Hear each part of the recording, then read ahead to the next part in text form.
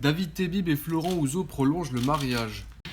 De vous annoncer, comme dans le sport, la prolongation avec notre partenaire et ami premium qui est beIN Sport pour 3 saisons supplémentaires, donc jusqu'en juin 2026. Le président de la Ligue nationale de handball et le directeur de l'antenne de beIN Sport ont officialisé le prolongement de leur partenariat de 2023 à 2026.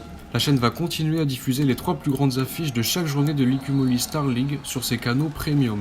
Le but est de montrer aux téléspectateurs des salles pleines et donc un meilleur spectacle. Les 5 autres matchs sont diffusés par la Ligue sur Internet. Lancée en France en 2012, la chaîne qatarienne de sport est le principal diffuseur du handball français depuis 2014. En plus du championnat, beIN diffuse aussi l'équipe de France et les grandes compétitions dont le prochain Euro en janvier. La chaîne aimerait bien diffuser à nouveau la Ligue des Champions et toute compétition susceptible d'attirer tous les fans de handball, mais pas à n'importe quel prix.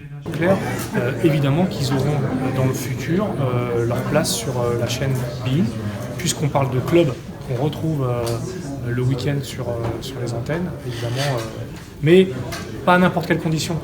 On terminait la conférence en parlant d'investissement raisonné. Voilà, le but de beIN, encore une fois, c'est de durer et c'est de faire en sorte que son business model puisse perdurer, et ça se fait à travers des investissements raisonnés et un positionnement clair et précis par rapport à une programmation.